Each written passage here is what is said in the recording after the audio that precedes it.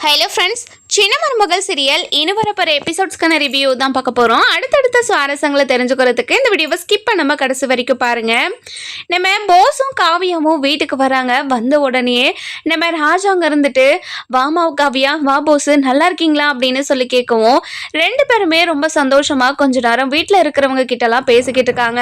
அந்த நேரம் பார்த்து நம்ம சித்ரா, ஈஸ்வரி, ஐஸ்வர்யா இவங்க 3 பேருமே கீழே வரவும் வந்த உடனே போஸ் காவியாவை பார்த்துட்டு ரொம்ப சந்தோஷமா, போஸு வா போஸு, உன்னை பார்த்து எவ்வளோ நாள் ஆகுது தெரியுமா, நல்லா இருக்கியாடா அப்படின்னு சொல்லி கேட்கவும் நல்லா இருக்கமா, சரி வாடா அப்படின்னு சொல்லிட்டு போஸை மட்டும் தனியாக கூட்டிட்டு போய் நம்ம ஈஸ்வரி, சித்ரா, ஐஸ்வர்யா இவங்க 3 பேருமே பேசிக்கிட்டு இருக்காங்க. இங்க பாருடா, உன்னை பார்க்காம எத்தனை நாள் நான் தவிச்சு போயிட்டேன் தெரியுமா அப்படின்னு சொல்லவும் சரிம்மா அதை விடு, சேது இன்னொரு கல்யாணம் பண்ணிக்கிட்டானாமே உண்மையாமா அப்படின்னு சொல்லி கேட்கவும் ஆமாடா, இந்த விஷயம் உனக்கு தெரியாதுல்ல, இந்த விஷயம் எப்படி நடந்துச்சுன்னு உனக்கு தெரியுமா அப்படின்னு ஒரு ஆர்வ கோளாறுல ஈஸ்வரி தன்னால தான் பிளான் போட்டு தான் இது எல்லாத்தையுமே பண்ணோம். தமிழ்ச்செல்வியை இந்த வீட்டை விட்டு துரத்துறதுக்காக தான் சக்திக்கும் ஜெனிக்கும் நாங்க பிளான் போட்டு கல்யாணம் பண்ணி வச்சோம். ஆனா தமிழ்ச்செல்வி இந்த வீட்டை விட்டு போனது மட்டும் இல்லாம என்னோட அண்ணன் பொண்ணு ஐஸ்வர்யாவே இந்த வீட்டுக்கு மருமகளை நான் கூட்டிட்டு வந்துட்டு பாத்தியா போஸு அப்படின்னு ரொம்ப சந்தோஷமா பேசிக்கிட்டு இருக்கவும் இதெல்லாம் கேட்ட போஸுக்கு பயங்கர கோவம் வருது. இங்க பாருமா, நீ பண்ணதெல்லாம் மிகப்பெரிய தப்புமா, சேது அண்ணன் ரொம்ப ரொம்ப நல்லவர், அப்படி இருக்கும்போது எப்படிமா தமிழ்ச்செல்வியை சேது அண்ணன் கிட்ட இருந்து பிரிச்ச, அது மட்டும் இல்லாம தமிழ்ச்செல்விக்கு 2 குழந்தை பிறந்திருக்குன்னு நான் கேள்விப்பட்டேன், அந்த குழந்தைங்களுக்கும் சேர்த்து துரோகம் பண்ற மாதிரி இல்லையாமா, ஏமா இப்படி எல்லாம் பண்ண, இப்படி ஒரு பாவத்தை பண்ணிட்டு எப்படிமா உன்னால இப்படி எல்லாம் பேச முடியுது போஸு, என்னடா இப்படி எல்லாம் பேசிக்கிட்டு இருக்க, இங்க பாருடா, அந்த குடும்பத்துல இருக்கிறவங்களை பழி வாங்கறதுக்காக தானே நம்ம இத்தனை நாளா போராடிக்கிட்டு இருக்கோம், இங்க பாருமா அதெல்லாம் மிகப்பெரிய தப்புன்னு நான் இப்போதாம்மா புரிஞ்சுக்கிட்டேன், நீங்கள் பண்ணது எல்லாத்தையும் நான் போய் ராஜாங்க பெரியப்பா கிட்டேயும் சேதுக்கிட்டேயும் நான் சொல்லதாம்மா போகிறேன். இங்கே பாருடா போஸு, அப்படி மட்டும் பண்ணிடாதடா, ஏன்டா அப்படிலாம் நடந்துக்கிற, இங்கே பாருடா, நீ இவ்வளோ நல்லவனா மாறிட்டேன்னு தெரிஞ்சிருந்தா கண்டிப்பாக இப்படி ஒரு விஷயத்த உன்கிட்ட சொல்லியிருக்க மாட்டேன்டா, இங்கே பாரு அவங்க கிட்ட மட்டும் இந்த விஷயத்த சொல்லிடாதடா ப்ளீஸ்டா அப்படின்னு சொல்லவும் இல்லைம்மா, இப்போ தமிழ்ச்செல்வி மேலே எந்த ஒரு தப்பும் இல்லைன்னு அண்ணனும் பெரியப்பாவும் தெரிஞ்சுக்கணும், அதுக்கப்புறம் கண்டிப்பாக தமிழ்ச்செல்வியை சேதோ ஏற்றுப்பான்ல, அதனால தான் தமிழ்ச்செல்வியும் ரொம்ப நல்லவங்க, அவங்க நல்ல மனசுக்கு எப்பவுமே நல்லது தான் நடக்கும், நான் போய் எல்லா உண்மையும் சொல்ல தான் போறேன் அப்படின்னு ரொம்ப கோவத்தோட கீழே இறங்கி வராரு.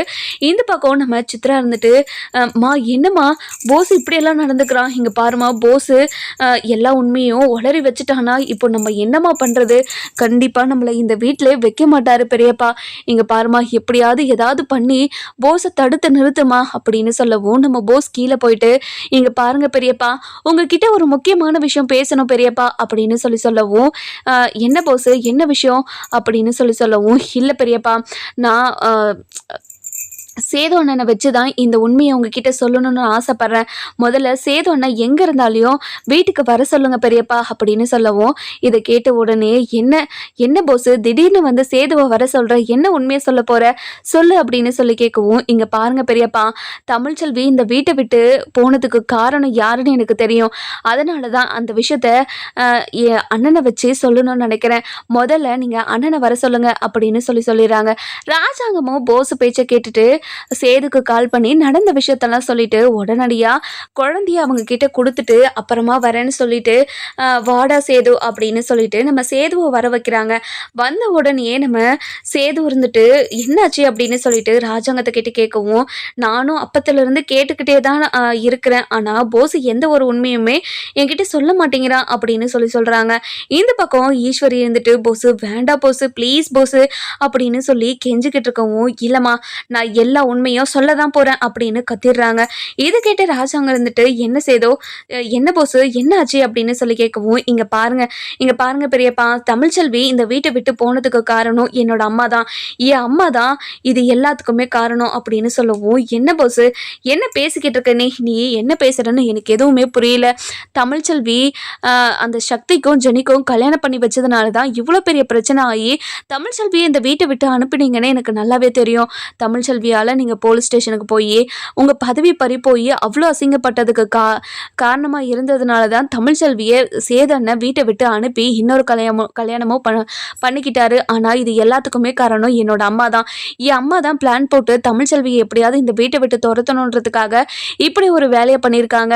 தமிழ்ச்செல்வியோட ஃபோனை எடுத்து அந்த ஃபோன்ல இருந்து ஐஸ்வர்யா தான் மிமிக்ரி பண்ணி தமிழ்ச்செல்வியோட அப்பா கிட்ட பேசியிருக்காங்க. இதனால தான் நீங்கள் தமிழ்ச்செல்வி தான் இது எல்லாத்தையுமே பண்ணதுன்னு சொல்லி புரிஞ்சுக்கிட்டு தமிழ்ச்செல்வி மேலே ஒரு தப்பான பழியை போட்டு அவளை இந்த வீட்டை விட்டு அனுப்பிட்டீங்களே, நீங்கள் பண்ணது மிகப்பெரிய தப்பு பெரியப்பா அப்படின்னு சொல்லி நம்ம ராஜாங்கத்துக்கிட்ட சொல்லவும் ராஜாங்கத்துக்கும் சேதுக்கும் பயங்கர ஷாக்கு. இந்த பக்கம் நம்ம ஈஸ்வரி பயங்கரமாக அழுதுகிட்டு இருக்காங்க. இந்த பையன்கிட்ட எல்லா உண்மையும் சொல்லிட்டேனே, இப்போது நமக்கு எதிராக திரும்பி எல்லா உண்மையும் சொல்லி இப்போது நமக்கு எதிராக திருப்பி விட்டுட்டானே, இப்போ நம்ம என்ன பண்ணுறது அப்படின்னு பயங்கர அதிர்ச்சியில் இருக்காங்க.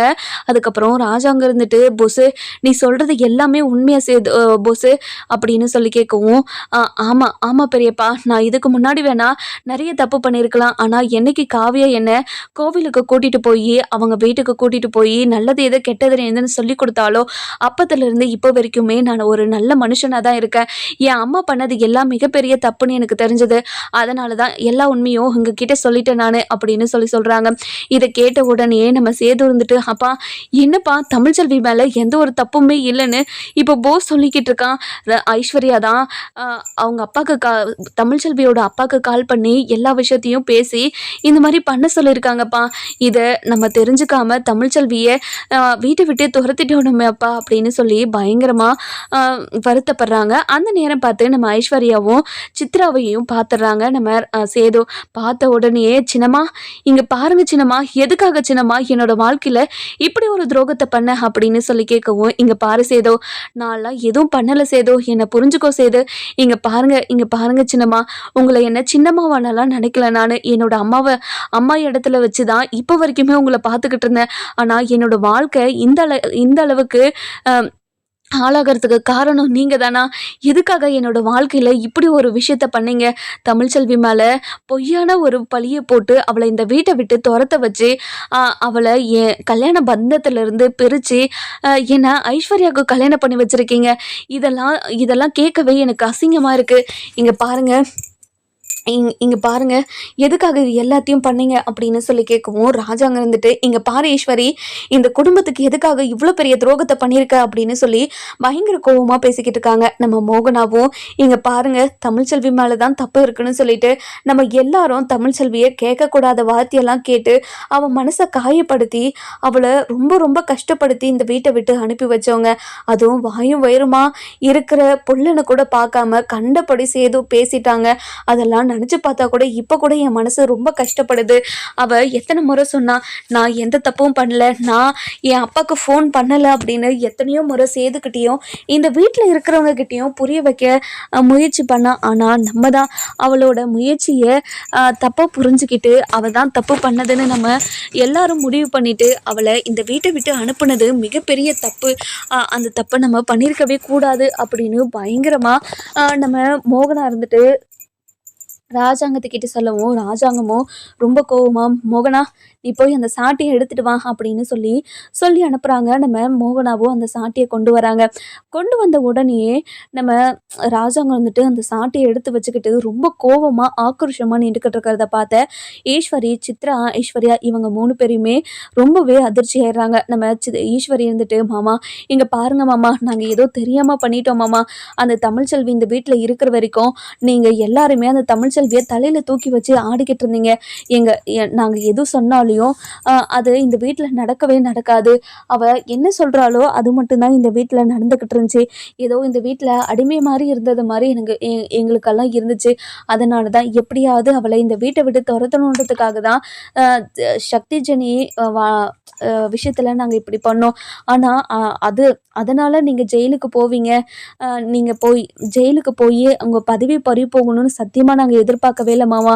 இதெல்லாம் நடந்ததுக்கு நாங்கள் காரணம் கிடையாது, எங்களை மன்னிச்சிருங்க மாமா அப்படின்னு சொல்லிட்டு மன்னிப்பு கேட்கவும் இதெல்லாம் கேட்ட உடனே பயங்கர கோவத்தில் அப்படியே பல்லா பல்லான்னு அப்படி சாட்டியில் அடிச்சுக்கிட்டே இருக்குமா. பெரியப்பா எனக்கு ரொம்ப வலிக்குது பெரியப்பா, மாமா வலிக்குது மாமா அப்படின்னு சொல்லிட்டு ரொம்பவே 3 பேரும் கத்திக்கிட்டே இருக்காங்க.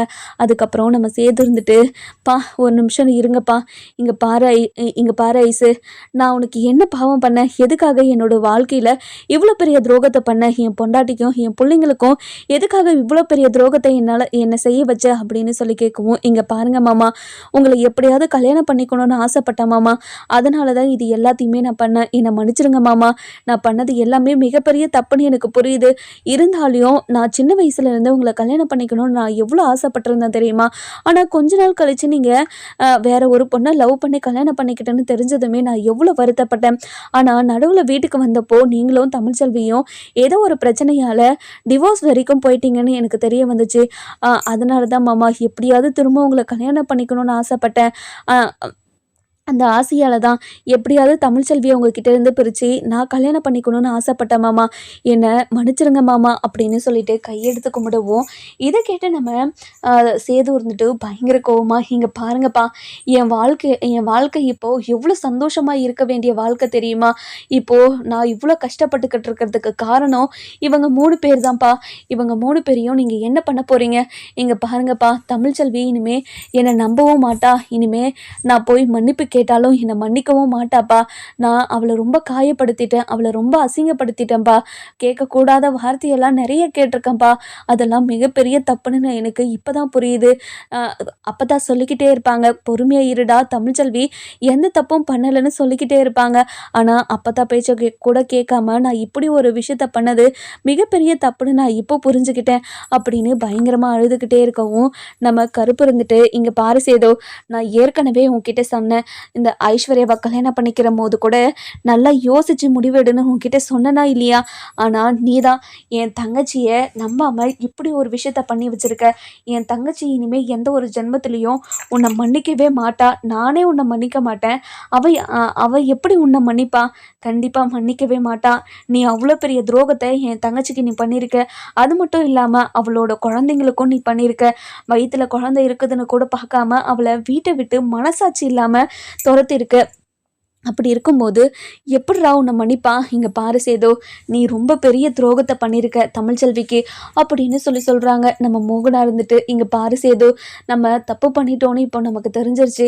எப்படியாவது தமிழ்ச்செல்வி கிட்ட மன்னிப்பு கேட்டு குழந்தைங்களையும் தமிழ்ச்செல்வியும் எப்படியாவது நம்ம இந்த வீட்டுக்கு கூட்டிகிட்டு வந்துடலாம்ப்பா அப்படின்னு நம்ம மோகனா சொல்லவும், இதை கேட்ட நம்ம கருப்பு இருந்துட்டு, எப்படிம்மா எப்படி, கண்டிப்பாக தமிழ்ச்செல்வி வரவே மாட்டா, அவள் இந்த வீட்டுக்கு வந்தானா அவள் சுயமரியாதையை இழந்துட்டு தான் வரணும், அவள் சுயமரியாதை இவன் டிவோர்ஸ்க்கு அப்ளை பண்ணும் போதே அந்த சுயமரியாதை இழந்து இவன் கூட வாழ மாட்டேன்னு சொல்லிக்கிட்டு இருந்தவ இப்போ மட்டும் எப்படி வந்துருவான்னு நீங்கள் நினச்சிக்கிட்டு இருக்கீங்க, கண்டிப்பாக அது நடக்கவே நடக்காது, எனக்கும் ஆசையாக தான் இருக்குது, தமிழ்ச்செல்வியும் சேதுவும் சேர்ந்து ஒன்றா வாழணும், ஒரே குடும்பத்தில் இருக்கணும், 2 குழந்தைங்களும் ஒரே வீட்டில் வளரணும்னு எனக்கும் ஆசை தான், ஆனால் இது நடக்குமா அப்படின்றதான் இருக்குது அப்படின்னு சொல்லவும், இதை கேட்ட உடனே நம்ம மலர் இருந்துட்டு, இங்கே பாருங்க மாமா, நீங்கள் என்னதான் இருந்தாலும் இந்த விஷயத்தில் கொஞ்சம் பொறுமையாக இருந்திருந்தீங்கன்னா எல்லா உண்மையுமே சீக்கிரமாக வெளியே வந்திருக்கும், இப்போ போஸ் எல்லா உண்மையும் சொன்னதுனால தானே உங்களுக்கு எல்லா உண்மையுமே தெரிய வந்துச்சு, இப்போ போஸ் மட்டும் எந்த உண்மையுமே சொல்லாமல் இருந்திருந்தா காலத்துக்கும் நீங்கள் எந்த ஒரு உண்மையும் தெரியாமல் தமிழ்ச்செல்வி மேலே தான் எல்லா தப்பும் அப்படின்ற மாதிரி தானே நினச்சிக்கிட்டு இருந்திருப்பீங்க, அது மிகப்பெரிய தப்பு மாமா, நீங்கள் தமிழ்ச்செல்விக்கு மிகப்பெரிய துரோகத்தை பண்ணியிருக்கீங்க அப்படின்னு ஒரு பக்கம் மலர் சொல்லவும், இதெல்லாம் கேட்டுக்கிட்டு இருந்த சாவித்திரி இருந்துட்டு, இங்கே பாரு சேதோ, இந்த குடும்பத்துக்கும் உனக்கும் இவ்வளோ பெரிய துரோகத்தை பண்ணியிருக்காங்க இவங்க 3 பேருமே, அது மட்டும் இல்லாமல் உன்னவே கல்யாணம் வேற பண்ணியிருக்காங்க, இதுக்கெல்லாம் சேர்த்து வச்சு நீ என்ன பண்ண போகிற சொல்லு அப்படின்னு சொல்லி கேட்கவும், இதெல்லாம் கேட்டுக்கிட்டு இருந்த காவியா இருந்துட்டு, இங்கே பாரு போஸு, நீ இப்படி ஒரு விஷயம் பண்ணதில் நான் ரொம்ப பெருமைப்படுறேன், ஏன்னா உங்கள் அம்மாவும் உங்கள் அக்காவும் இவ்வளோ பெரிய தப்பு பண்ணியிருக்காங்க, அந்த தப்பை உங்ககிட்ட சொல்லி சந்தோஷப்படலான்னு தான் சொல்லியிருக்காங்க, ஆனால் நீ திருந்தின விஷயம் உங்கள் அக்காவுக்கும் உங்கள் அம்மாவுக்கும் தெரியாததுனால இந்த உண்மை சொல்லிட்டாங்க, ஆனால் நீ எல்லா உண்மையும் கீழே சொன்ன பத்தியா, அதுதான் என் மனசில் நீ எங்கேயோ போயிட்ட தெரியுமா, இனிமே உன் கூட சேர்ந்து வாழ்றதுல எனக்கு ரொம்ப ரொம்ப சந்தோஷம் அப்படின்னு சொல்கிறாங்க. இதை கேட்ட உடனே நம்ம போஸுக்கும் பயங்கர சந்தோஷம். அதுக்கப்புறம் என்ன, நம்ம காவியா இருந்துட்டு, "இங்கே பாருங்க மாமா, என் புருஷனை இங்கே இங்கே விட்டிருந்தா கண்டிப்பாக இவங்க அம்மா திருந்த விட்டுருக்கவே மாட்டாங்க. அதனால தான் என் புருஷனை என் கூடவே கூட்டிகிட்டு போனேன். இனிமேலும் இந்த வீட்டில் கண்டிப்பாக என் புருஷனை நான் வைக்க மாட்டேன். ஏன்னா இந்த வீட்டில் இருக்கிறவங்கெல்லாம் சேர்ந்து என் புருஷனை மாற்றினாலையும் மாற்றிடுவாங்க. அதனால் என் புருஷனை நான் கூட்டிகிட்டு போயிடுறேன். இங்கே பாருங்க மாமா, நீங்கள் ரொம்ப ரொம்ப தப்பு பண்ணிட்டீங்க. எல்லா விஷயத்துலையும் கரெக்டாக முடிவு எடுக்கிறவங்க. தமிழ்ச்செல்வி விஷயத்தில் மட்டும் எதுக்காக நீங்கள் எப்படி ஒரு முடிவு எடுத்தீங்க? இது மிகப்பெரிய தப்புன்னு உங்களுக்கு தோணலையா? தமிழ்ச்செல்வி ரொம்ப பாவம். இந்த குடும்பத்துக்கும் இந்த குடும்பத்தோட கௌரவத்துக்கும் எந்த ஒரு களங்கமோ வந்துடக்கூடாதுன்றதுக்காக ஒவ்வொரு விஷயத்தையும் பார்த்து பார்த்து பண்ணிக்கிட்டு இருக்கவங்க அவங்க. அவங்க அவங்கள போய் நீங்கள் இப்படிலாம் பண்ணிட்டீங்க. அவங்களுக்கு இவ்வளோ பெரிய துரோகத்தை பண்ணியிருக்கீங்க. ஆனால் இப்படி ஒரு ஜென்மத்தை நான் எங்கேயுமே பார்த்ததில்ல. யாராச்சும் ஒருத்தர் சந்தோஷமாக இருந்தாங்கன்னா அவங்கள பார்த்து சந்தோஷப்படணுமே தவிர அவங்கள பார்த்து பொறாமையோ அவங்க இப்படி இருக்கக்கூடாது, அவங்கள நாசமாக போகணும் அப்படின்னு நினைக்கிறவங்கள நான் எங்கேயுமே பார்த்தது கிடையாது. இப்படி ஒரு கேவலமான ஒரு ஜென்மத்தை இந்த வீட்டில் தான் பார்த்துருக்கேன். அதுவும் நீங்கள் பண்ண மிகப்பெரிய தப்பு என்ன மாமா? என்னென்னு தெரியுமா மாமா உங்களுக்கு? இவங்க எத்தனையோ முறை தப்பு பண்ணியிருக்காங்க. அத்தனை முறையும் நீங்கள் இவங்களை மன்னிச்சு இந்த வீட்டிலேயே வச்சுருக்கீங்க பார்த்தீங்களா? அதுதான் நீங்கள் பண்ண மிகப்பெரிய தப்பு அப்படின்னு ரொம்ப கோபமாக சொல்கிறாங்க. இதெல்லாம் கேட்டு நம்ம ராஜாங்க இருந்துட்டு, "இங்கே பாரு கருப்பு, இனிமே இவங்க 3 பேரும் இந்த வீட்டில் ஒரு நிமிஷம் கூட இருக்கவே கூடாது. அது மட்டும் இல்லாமல் எந்த ஒரு ஜென்மத்திலையும் நாங்கள் செத்தாலோ நல்லதோ கெட்டதோ இந்த வீட்டு வாசப்படியை கூட இவங்க 3 பேரும் மிதிக்கவே கூடாது. இவங்கள முதல்ல வீட்டை விட்டு அனுப்பு" அப்படின்னு சொல்கிறாங்க. இதை கேட்ட உடனே ஐஷு இருந்துட்டு, "இங்கே பாருங்க மாமா, நாங்கள் எங்கே மாமா போவோம் இந்த வீட்டை விட்டா? இங்கே பாருங்க மாமா, ப்ளீஸ் மாமா, நான் பண்ணதெல்லாம் தப்பு தான். அதுக்காக என்னை வீட்டை விட்டு அனுப்புவீங்களா? நான் இந்த வீட்டு மருமக, எப்படி என்னை இந்த வீட்டை விட்டு அனுப்புவீங்க?" அப்படின்னு சொல்லி கேட்கவும், இதை கேட்ட உடனே நம்ம சேதுக்கு பயங்கர கோவம் வந்துடுது. அப்படியே நம்ம ஐஸ்வர்யாவோட கழுத்தை பிடிச்சிக்கிட்டு, "இங்கே பாருடி, என் பொண்டாட்டி கூட தாண்டி எந்த தப்பும் பண்ணல. அவன் மேலே ஒரு பெரிய பழியை தூக்கி போட்டு அவளை என்னை வீட்டை விட்டு துரத்த வைக்கல. நீங்கள் எல்லாம் பண்ணீங்கல்ல, அதே மாதிரி தாண்டி அதுக்கு காரணமாக இருந்த நீயும் இந்த வீட்டில் இருக்கக்கூடாதுடி." என்ன சொன்ன? என்னோட பொண்டாட்டின்னு சொன்னியாடி? நீ என் பொண்டாட்டியும் கிடையாது, நான் உனக்கு புருஷனும் கிடையாது. ஏதோ வீட்டில் இருக்கிறவங்க எல்லாரும் சொன்னாங்களே அப்படின்றதுக்காக தான் உன் கழுத்தில் தாலி கட்டினே தவிர வேறு எதுக்காகவும் உன் கழுத்தில் தாலி கட்டலடி. நீ எனக்கு பொண்டாட்டியும் கிடையாது, நான் உனக்கு புருஷனும் கிடையாது. அந்த நினப்பை வச்சுக்கிட்டு இனிமே எப்பயாவது இந்த வீட்டு பக்கம் வந்துட போகிற அப்படின்னு சொல்லுவோம். "மாமா, என்ன மாமா இப்படியெல்லாம் பேசிக்கிட்டு இருக்கீங்க? இப்படியெல்லாம் பேசாதீங்க மாமா, என் மனசுக்கு ரொம்ப கஷ்டமாக இருக்குது" அப்படின்னு சொல்லவும், "இங்கே பாருடி, என் வாழ்க்கையை நாசம் பண்ணிட்டு இப்படி என்னை கஷ்டப்படுத்தாதீங்கன்னு வாய் கூசாமல் சொல்கிறியே, எப்படி உனக்கு மனசு வந்தது?" அப்படின்னு சொல்லி கேட்கவும், இதெல்லாம் கேட்டுக்கிட்டு இருந்தேன் நம்ம ராஜாங்க இருந்துட்டு, "இங்கே பாரு கருப்பு, ஒரே ஒரு நிமிஷம் கூட இவங்க 3 பேரும் இந்த வீட்டில் இருக்கவே கூடாது. இவங்களை தரன்னு வெளியே இழுத்துட்டு போய் விடு" அப்படின்னு சொல்கிறாங்க. நம்ம ஈஸ்வரி இருந்துட்டு ரொம்பவே அழுதுகிட்டு, "மாமா, இங்கே பாருங்க மாமா, நாங்கள் பண்ணதெல்லாம் மிகப்பெரிய தப்பு தான் மாமா. இனிமேல் நாங்கள் இப்படி ஒரு தப்பு பண்ணவே மாட்டோம். எங்களை மன்னிச்சிருங்க மாமா, ப்ளீஸ் மாமா" அப்படின்னு காலில் விழுந்து கெஞ்சுறாங்க. "இங்கே பாரு கருப்பு, முதல்ல இவங்களை கூட்டிகிட்டு போ" அப்படின்னு சொல்லிட்டு சொல்லவும், நம்ம கருப்பு இருந்துட்டு ஈஸ்வரி, சித்ரா இவங்க 2 பேருமே பிடிச்சி தரன்னு இழுத்துட்டு போகிறாங்க. இந்த பக்கம் பார்த்தீங்கன்னா நம்ம சேது இருந்துட்டு ஐஸ்வர்யாவோட கழுத்தை பிடிச்சி தரன்னு இழுத்துட்டு போய் வெளியே விட்டுடுறாங்க. நீங்கள் 3 பேருமே இந்த வீட்டில் காலீடை எடுத்து வச்சிங்க, அவ்வளோதான் உங்களுக்கு மரியாதை அப்படின்னு பயங்கர கோவத்தோட வெளியே விட்டுட்டு எல்லாருமே உள்ளே வந்துடுறாங்க. உள்ளே வந்த உடனே நம்ம சேது இருந்துட்டு, "அப்பா, என் வாழ்க்கையில் நான் மிகப்பெரிய துரோகத்தை தமிழ்ச்செல்விக்கு பண்ணிட்டேன்ப்பா. அவள் ஒவ்வொரு விஷயத்துலையும் நம்ம வீட்டுக்கு நல்லது மட்டும்தான்ப்பா நினச்சிருக்கா. ஆனால் நம்ம தான் அவள் மனசை புரிஞ்சுக்காம அவளை காயப்படுத்தி இந்த வீட்டை விட்டு அனுப்பி வச்சிருக்க" அப்படின்னு சொல்லவும், "இங்கே பாரு சேது, நீ என்ன பண்ணுவியோ ஏது பண்ணுவியோ தெரியாது. ஆனால் தமிழ்ச்செல்வியும் குழந்தைங்களும் இந்த வீட்டுக்கு வரணும். அவள் காலில் விழுவியோ என்ன பண்ணுவியோ ஏது பண்ணுவியோ எனக்கு தெரியவே தெரியாது. முதல்ல போய் எப்படியாவது அவளோட மனசை மாற்றி இங்கே கூட்டிகிட்டு வா. அவள் மனசை மாற்றி கூட்டிகிட்டு வர வரைக்கும் நீ இந்த வீட்டுக்கு வரவே கூடாது" அப்படின்னு சொல்லிடுறாங்க. "அப்பா, கண்டிப்பாக அவள் என்னை மன்னிக்கவே மாட்டாப்பா. எப்படிப்பா?" "இங்கே பாரு சேது, அதெல்லாம் எனக்கு தெரியாது. அந்த ஐஸ்வர்யாவை கல்யாணம் பண்ணி வச்சது நினச்சா எனக்கு உடம்பெல்லாம் கூசுது. அவளை உனக்கு கல்யாணம் பண்ணி வச்சிருக்கவே கூடாது. நீ கல்யாண மண்டபத்தில் 6 மாதம் இல்லை 1 வருஷம் எனக்கு டைம் கொடுங்கன்னு எனக்கு கேட்ட. ஆனால் நான் தான் உன்னோட பேச்சை கேட்காம தெரியாமல் உன்னோட வாழ்க்கையை நாசம் பண்ணிட்டேன், என்னை மன்னிச்சிரியா சேது அப்படின்னு சொல்லவும், அப்பா நீங்கள் என்னோட வாழ்க்கை நல்லா இருக்கணுன்றதுக்காக தானேப்பா எல்லாத்தையும் பண்ணீங்க. ஆனால் அந்த ஐஸ்வர்யாவும் சின்னம்மாவும் சேர்ந்து இப்படியெல்லாம் பண்ணுவாங்கன்னு நமக்கு என்னப்பா தெரியும். பரவாயில்ல விடுங்கப்பா, நம்ம இனிமேல் நடக்க போகிறதெல்லாம் பார்த்துக்கலாம் விடுங்கப்பா. ஆனால் தமிழ்ச்செல்வி முகத்தை பார்த்து பேசுறதுக்கு தான்ப்பா என் மனசுக்கு ரொம்ப கஷ்டமாக இருக்குது. என்னதான் இருந்தாலும் நான் தப்பு பண்ணிட்டேன்னு எனக்கு தெரிஞ்சிருச்சு. அதனால் நான் அவகிட்ட போய் மன்னிப்பு கேட்கறது தான் முறையாக இருக்கும். நான் போய் அவகிட்ட மன்னிப்பு கேட்குறேன் அப்படின்னு சொல்லி அழுதுகிட்டே சொல்லவும், இதெல்லாம் கேட்டுக்கிட்டு இருந்த கருப்பு இருந்துட்டு, இங்கே பாரு சேது, நீ எப்படியாவது தமிழ்ச்செல்வியோட மனசை மாற்றி இந்த வீட்டுக்கு கூட்டிகிட்டு வரணும்னு தான் நானும் ஆசைப்பட்றேன். ஆனால் தமிழ்ச்செல்வியோட காயத்துக்கும் கஷ்டத்துக்கும் நீ மருந்து போட முடியாதுன்னு தான் எனக்கு தோணுது அப்படின்னு சொல்லவும், இங்கே பாருங்க மாமா, அவள் என்னை என்ன கேட்டாலும் பரவாயில்ல, என்னை எவ்வளோ அசிங்கப்படுத்தினாலும் பரவாயில்ல, நான் அவகிட்ட போய் மன்னிப்பு கேட்டு தான் வரப்போகிறேன் அப்படின்னு ரொம்பவே அழுதுகிட்டே இப்போ வீட்டுக்கு போகிறாங்க. அதாவது தமிழ்ச்செல்வி வீட்டுக்கு போன உடனேயே அங்கே தமிழ்ச்செல்வி இருந்துட்டு தன்னோட குழந்தைங்களுக்கு 2 குழந்தைங்களுக்குமே பால் கொடுத்துக்கிட்டு இருக்காங்க. அந்த நேரம் பார்த்து நம்ம சேது போய் அப்படியே காலில் விழுந்துடுறாங்க. விழுந்த உடனேயே செல்லப்பாண்டியும் வசந்தியும் பயங்கரமாக ஷாக் ஆகிட்டு, தம்பி என்ன தம்பி, என்னாச்சு தம்பி உங்களுக்கு, எதுக்காக இப்போ தமிழ்ச்செல்வியோட காலில் விழுறீங்க அப்படின்னு சொல்லி கேட்கவும், அம்மா எதுக்காகம்மா இவர் என் காலில் விழுறாரு, முதல்ல இவர் எழ சொல்லுங்கம்மா அப்படின்னு சொல்கிறாங்க. இங்கே பாரு தமிழ்ச்செல்வி, நான் பண்ணதெல்லாம் மிகப்பெரிய தப்புன்னு நான் இப்போ புரிஞ்சுக்கிட்டேன். உனக்கு மிகப்பெரிய துரோகத்தை நான் பண்ணிட்டேன், என்னை மன்னிச்சிரு தமிழ்ச்செல்வி அப்படின்னு சொல்லவும், மாப்பிள்ள தம்பி என்ன தம்பி பேசிக்கிட்டு இருக்கீங்க அப்படின்னு சொல்லி வசந்தி ஒரு பக்கமும் இந்த பக்கம் செல்லப்பாண்டி இருந்துட்டு, இங்கே பாருங்க மாப்பிள்ள, என்னாச்சு மாப்பிள்ள, எதுக்காக இப்படியெல்லாம் பேசிக்கிட்டு இருக்கீங்க அப்படின்னு சொல்லி கேட்கவும், இங்கே பாருங்க தமிழ்ச்செல்வி மேலே எந்த ஒரு தப்பும் இல்லைன்னு நான் இப்போ புரிஞ்சுக்கிட்டேன். அவன் மேலே எந்த தப்புமே இல்லாம தான் அவள் மேலே ஒரு பொய்யான பழியை போட்டு வீட்டை விட்டு அனுப்ப வச்சிருக்காங்க.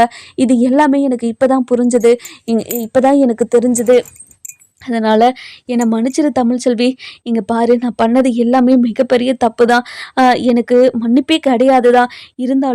இருந்தாலும் நம்ம குழந்தைகளுக்காகவும் நம்ம வாழ்க்கைக்காகவும் என்னை மன்னிச்சு என்னை ஏற்றுக்கோ தமிழ்ச்செல்வி, ப்ளீஸ் தமிழ்ச்செல்வி அப்படின்னு பயங்கரமாக அழுதுகிட்டே இருக்கவும், அடைச்சி நிறுத்து, எப்படி உனக்கு வாய் கூசாமல் இப்படியெல்லாம் கேட்க தோணுது என்கிட்ட, நீ யாரோ நான் யாரோன்னு சொல்லிட்டு எப்போவோ முடிவு பண்ணியாச்சு. அப்படி இருக்கும்போது எப்படி உன்னால் என்கிட்ட வந்து இவ்வளோ அசிங்கமாக பேச முடியுது, நீ யாரோ நான் யாரோ, இப்போ இருக்கிற நம்ம கிட்ட இருக்கிற பந்தமே இந்த குழந்தைங்க மட்டும்தான்.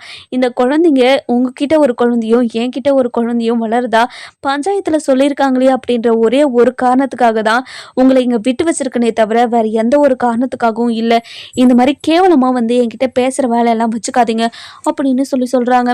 இதை கேட்ட உடனே நம்ம சேது இருந்துட்டு, இங்கே பாரு தமிழ், உன்னோட மனசில் எவ்வளோ என்னை திட்டணும்னு தோணுதோ அந்த அளவுக்கு என்னை திட்டிடு, இப்போது நான் உன் கூட சேர்ந்து வாழணும்னு ஆசைப்பட்றேன் அப்படின்னு சொல்லவும், உங்களுக்கு வெக்கமாகவே இல்லையா, என் மேலே ஏதாவது ஒரு தப்பு இருந்தால் என் மேலே கோவப்பட்டு என்னை அசிங்கப்படுத்தி அவமானப்படுத்தி கேவலப்படுத்தி என்னை வீட்டை விட்டெல்லாம் துரத்துவீங்க. அதே தப்பு நான் பண்ணல, வேற ஒருத்தர் தான் பண்ணாங்கன்னு தெரிஞ்சதுக்கப்புறம் இப்படி கேவலமாக கெஞ்சுறீங்களே, உங்களுக்கு அசிங்கமாக இல்லை, அவமானமாக இல்லை, எப்படி உங்களாலலாம் இப்படி பேச முடியுது அப்படின்னு சொல்லி கேட்கவும், இங்கே பாரு தமிழ், ஏதோ நான் தப்பாக புரிஞ்சுக்கிட்டேன், நான் பண்ணதெல்லாம் மிகப்பெரிய தப்புன்னு நான் இப்போ புரிஞ்சுக்கிட்டு தமிழ், என்னை மன்னிச்சு என்னை உன் புருஷனாக ஏற்றுக்கோ தமிழ் அப்படின்னு சொல்லவும், இதை கேட்ட உடனே ரொம்பவே கோவமா, இங்கே பாருங்க உங்களுக்கு அவ்வளோதான் மரியாதை, இங்கே பாருங்கம்மா, இதுக்கு மேலே இவர் பேசிக்கிட்டே இருந்தாருன்னா அவ்வளோதான் இவருக்கு மரியாதை, முதல்ல இங்கேருந்து எழுந்து போக சொல்லுங்கம்மா, இவரை பார்த்தாவே எனக்கு கீழேருந்து மேலே வரைக்கும் பற்றிக்கிட்டு எரியுது, முதல்ல இங்கேருந்து போக சொல்லுங்கம்மா அப்படின்னு கத்திக்கிட்டு இருக்கவும், இங்கே பாருங்க தம்பி, அவர் ரொம்ப கோவப்படுறாங்க தம்பி, அது மட்டும் இல்லாமல் இப்போ அவளோட உடம்பு ரொம்ப வீக்காகவும் இருக்குது, அவளை ரொம்ப ஸ்ட்ரெயின் பண்ணக்கூடாதுன்னு டாக்டர் சொல்லியிருக்காங்க தம்பி, இப்படியே அவளை ரொம்ப ரொம்ப கத்த வைக்காதீங்க தம்பி, எனக்கு அவளுக்கு ஏதாவது ஆயிடுமோன்னு பயமா இருக்கு. நீ தமிழ்ச்செல்வி மேல எந்த ஒரு தப்பும் இல்லைன்னு உங்களுக்கு தெரிஞ்சது எனக்கு மிகப்பெரிய சந்தோஷம்தான், நான் இல்லைன்னெல்லாம் சொல்லலை, அதுக்காக அவளோட உடம்பையும் நான் பார்த்துக்கணும்ல, இங்கே பாருங்க தம்பி, முதல்ல இளங்கு தம்பி அப்படின்னு சொல்லி இலங்க வைக்கிறாங்க. அதுக்கப்புறம் நம்ம அப்பத்தாவும் வராங்க. இங்கே பாருடா, நான் சொல்ல கேட்காம தமிழ்ச்செல்வியை கேட்கக்கூடாத கேள்வியெல்லாம் கேட்டு அவளை அசிங்கப்படுத்தி வீட்டை விட்டு அனுப்புனில்லடா, அப்புறம் எதுக்காகடா அவகிட்ட வந்து இப்படியெல்லாம் கெஞ்சிக்கிட்டு இருக்க அப்படின்னு சொல்லி கேட்கவும், அப்பதான் நான் பண்ணது எல்லாமே தப்புன்னு நான் புரிஞ்சுக்கிட்டேன் அப்பதா. என்னை எப்படியாவது தமிழ்ச்செல்வி கூட சேர்த்து வைங்க அப்பதா, ப்ளீஸ் அப்பதா அப்படின்னு சொல்லவும், இதை கேட்ட உடனே எப்பட்றா எனக்கே உன்னை மன்னிக்கணும்னு தோணலை, அவளுக்கு எப்பட்றா தோணும்? அவளுக்கு கண்டிப்பாக தோணாதுடா. எனக்கும் நீங்கள் குடும்பமாக சேர்ந்து வாழணும்னு தான் ஆசை. ஆனால் நீ பண்ண வேலைலாம் அப்படியாடா? நீ பண்ண வேலைலாம் கொஞ்சம் நஞ்சம் கிடையாது. அவன் மனசை ரொம்ப காயப்படுத்தியிருக்க.